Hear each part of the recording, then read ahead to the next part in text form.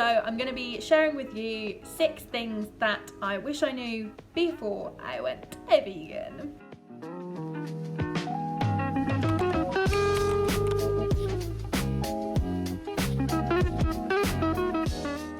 Well, let's jump into it. The first thing I wanted to mention that I wish I knew before I went vegan is about body changes. You will become the gassiest person you have ever been in your life. You will bloat like hell. It's just damn bad. You will be fighting all the time.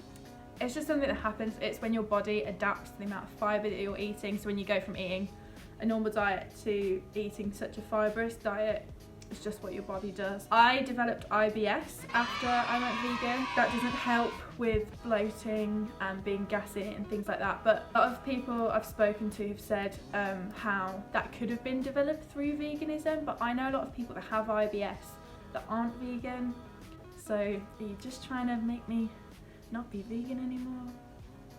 Who knows? One thing I think that really helped me is just trying to see how I feel after I've eaten that food and then kind of put 2 and 2 together, whether that food agrees with my body or that food doesn't agree with my body. It's so sad. Garlic, mushrooms and onions are massive triggers for me, which sucks because they're in absolutely everything. I find if I cook them in certain ways, they're then okay. So you've just got to get used to what your body's telling you. I take something called cauliflac. This is the best bloating medication that I found. When I eat, I get a lot of pain, not just bloating, which isn't great, but things like Buscopan, they help to an extent, but I still got kind of the cramps that I got when I was eating. So cauliflac works really, really well. So I'd highly recommend asking your doctors for this. I do have to get this prescribed. Speak to your doctor, see what they say, but this is what I would advise for you, my bloating friends. Other ways that I suggest helping with bloating, I know it's typical and I know everyone says it, but drinking lots of water. I personally, to help me drink a lot of water, I'll drink through a metal straw. I find that for some reason I drink loads of water when I'm drinking the water through a straw. If you don't have a straw, but not plastic. Don't no get no. Don't no get those plastic ones. We have metal straws here, okay? The metal ones. I also find if I have a glass of water next to me, no matter where I am, I will just tend to drink more. And the best time to drink water, if you're busy and you forget, I would recommend having a glass of water by your bed before you go to sleep, so that in the morning, it's the first thing you do. Drink a big glass of water. Just get it in there. So yeah, just tracking how your body feels, what does agree, what doesn't agree with your body, but you will bloat and you will be gassy. And I've been vegan for 2.5 years now, and I'm sorry to say, it doesn't get any better. I mean, it might do if you don't have IBS, but I don't want to give you those false expectations. You will be bloaty and you will fart a lot. I'm sorry. Another body change that I noticed when I very first went vegan was being tired, and I think that came down to not knowing what I was meant to be eating. Over time and practice, you just know what you should be eating, and that just comes with experience. But when I first went vegan, I was quite tired all the time. But I did, I think for a good month or so, live just off sweet potatoes and maybe some seeds and hummus.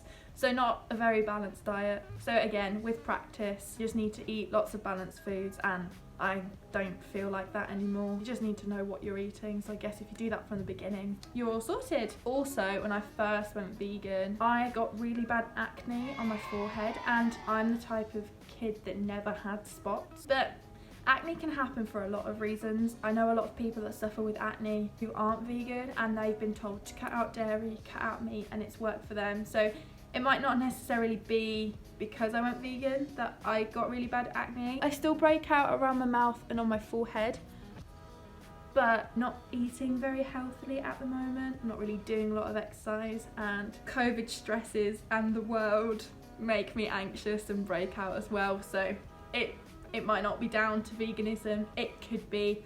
Just thought I'd let you know. Let's go on to the next one. Having spoken to a lot of people about what's putting them off being vegan is that everyone thinks it's so expensive. Well, let me tell you, it don't have to be expensive, okay? Okay. On the contrary, vegan products are hella expensive. Vegan ice cream, vegan steak, vegan burgers, they do tend to be more expensive than meat or dairy products. Hopefully that will decrease over time as the more people that go vegan. The more market there is for it, the more mass produced it is, hopefully maybe the cheaper it will be. But when I was at university, I'm not lying, I would do a weekly shop for maybe £15. £15?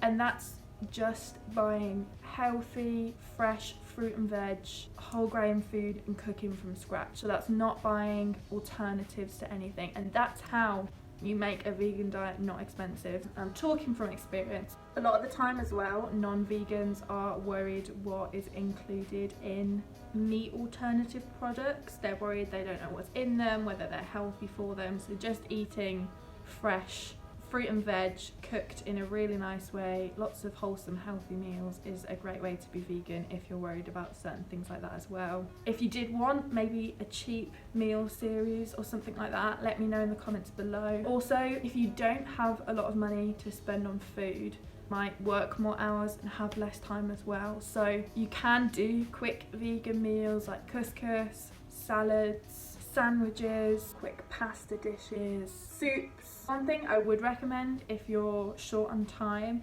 is making in bulk. If you batch make food, it's so much easier. So today I'm going to be making a cottage pie for my family, and I'm going to make a big one so that we can keep it in the fridge and eat throughout the week, or you can freeze it.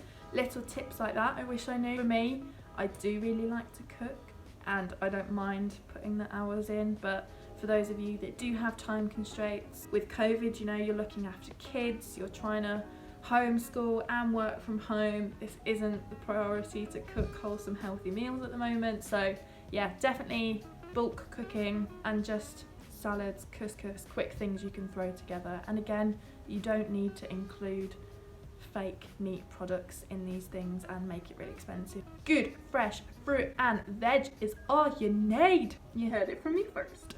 Number 3, protein intake. Suddenly everyone cares about your protein intake. Are you getting enough protein? Are you getting enough protein? You're not eating meat. Where's your protein coming from? How are you doing it? You can't. You okay? You okay? Where are you getting your protein from? Oh my goodness. All you have to do is do a little bit of research. Being vegan, it's not so much of an issue of where you get your protein from. Everyone thinks that, oh, you never get enough protein as a vegan. It's to get the same amount of protein, you eat so much more fibre. So you can get the same amount of protein, you're just probably getting more things alongside that because you have to eat more. Be prepared to be asked that question so many times. Number 4. You will be iron and B12 deficient.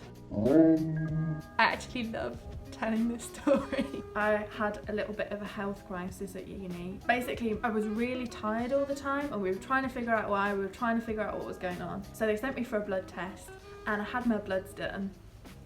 And the doctor, she showed me my blood results. I was vitamin D deficient. However, she said they were some of the best B12 and iron levels that she'd seen in such a long time. And I was like, girl, you know how much that means to me? I told her that I was vegan and she said that they were some of the best levels she had seen from any vegan, vegetarian meat eater. I was just so gassed. You gals got iron, you gals got B12. If you eat the right things, you won't be iron and B12 deficient. It's not a bug, it's okay. At this point that I had my blood test, I wasn't taking any supplements whatsoever. However, reading more into B12, there's quite a lot of misconceptions with B12. People usually say, oh, B12 is only in red meats or meat, whatever. You're not gonna get it as a vegan or a vegetarian. B12 is actually produced by a type of bacteria that lives in soil. What was meant to happen, the plants get the bacteria from the soil and then the animals get the bacteria from the plants. So that's how the B12 is meant to be passed through the food chain. Animals that you're eating the meat of are getting it from the plants. So how come when we eat the plants, we're not getting the B12? Anyway, the new uses of different pesticides, they're making this bacteria less abundant in the plants.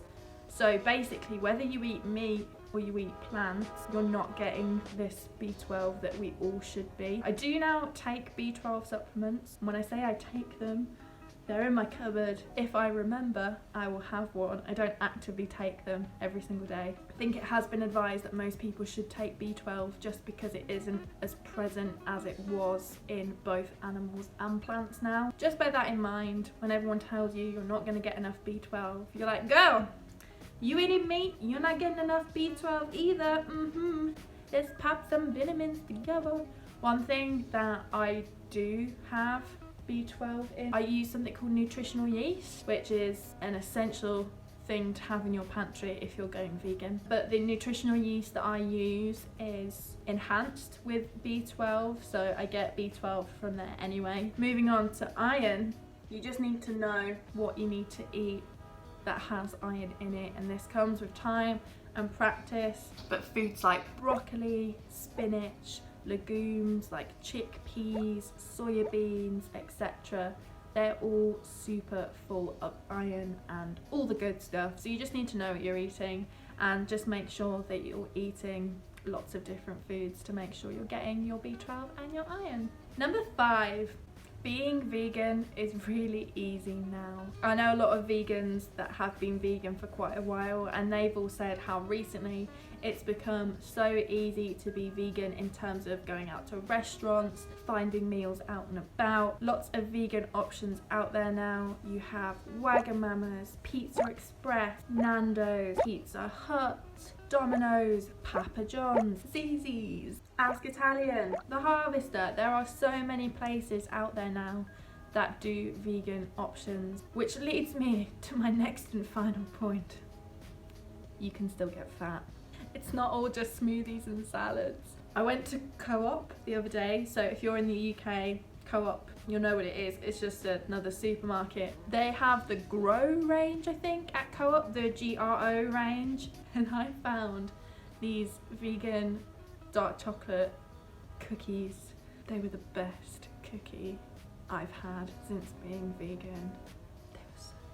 Kind of a downside that everywhere's doing such amazing vegan products because there's so much vegan junk food out there. And also, pretty much all of the snacks that I used to eat being a meat eater, you can still eat being vegan. So crisps, biscuits, there are so many things out there that are vegan junk food. You just need to actively be careful for what you're eating. It's the same with any diet really. If you're a meat eater, there's lots of takeaway options, and now being vegan, there's lots of takeaway options as well. Lots of unhealthy food, lots of junk food.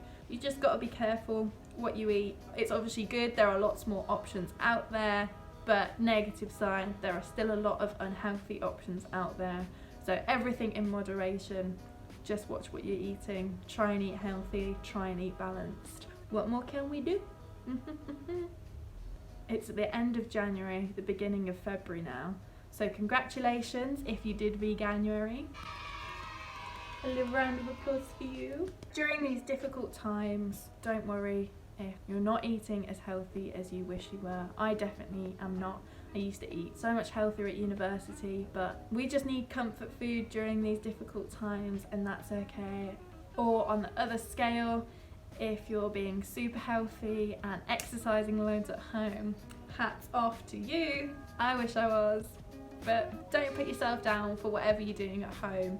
I think this past year has shown how important it is that we need to stick together and work together. So whether you're vegan or not, we need to work together to make the world a better place.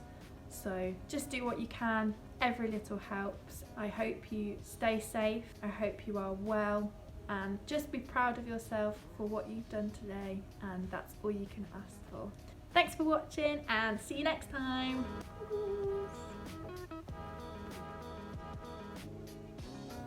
My mum's just closing the door.